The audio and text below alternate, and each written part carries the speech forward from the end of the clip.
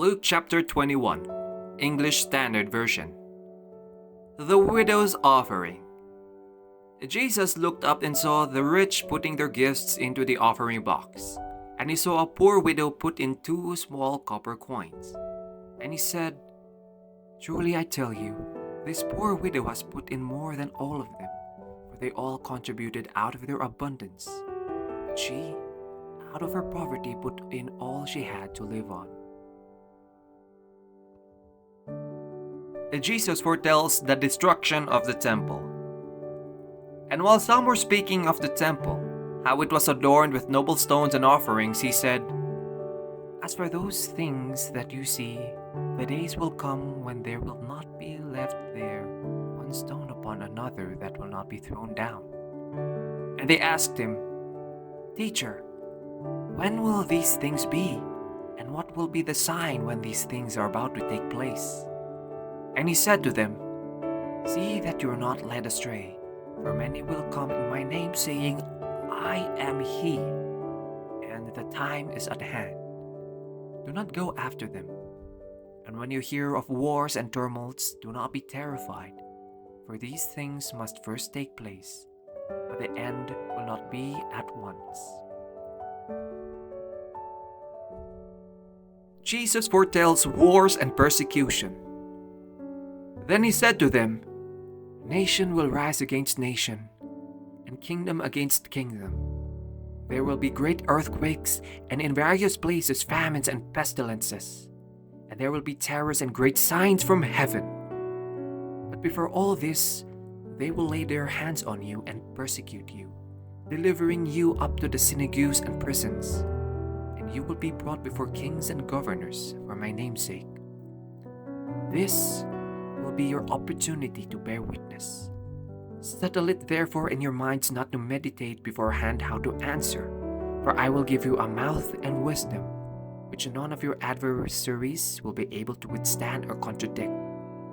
You will be delivered up even by parents and brothers, and relatives and friends, and some of you they will put to death. You will be hated by all for my name's sake, but not a hair of your head will perish. By your endurance, you will gain your lives." Jesus foretells the destruction of Jerusalem. But when you see Jerusalem surrounded by armies, then know that its desolation has come near. Then let those who are in Judea flee to the mountains, and those who are inside the city depart. And let not those who are out in the country enter it, for these are the days of vengeance to fulfill what is written. Alas for the women who are pregnant and for those who are nursing infants in those days, for there will be great distress upon the earth and wrath against this people.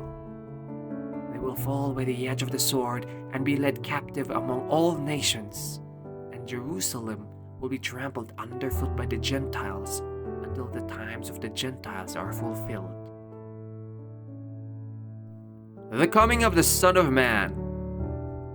And there will be signs in the sun and moon and the stars, and on the earth the distress of the nations in perplexity because of the roaring of the sea and the waves, people fainting with fear and with foreboding of what is coming on the world.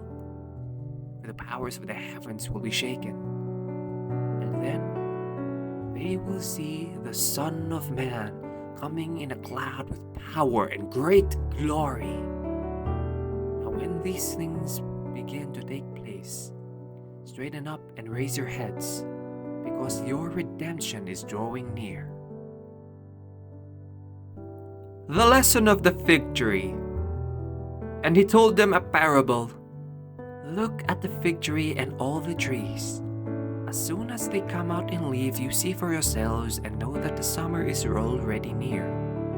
So also when you see these things taking place, know that the kingdom of God is near. Truly, I say to you, this generation will not pass away until all has taken place. Heaven and earth will pass away, but my words will not pass away. Watch yourselves. But watch yourselves, lest your hearts be weighed down with dissipation and drunkenness and the cares of this life, and that day come upon you suddenly like a trap. For it will come upon all who dwell on the face of the whole earth. But stay awake at all times, praying that you may have the strength to escape all these things that are going to take place, and to stand before the Son of Man.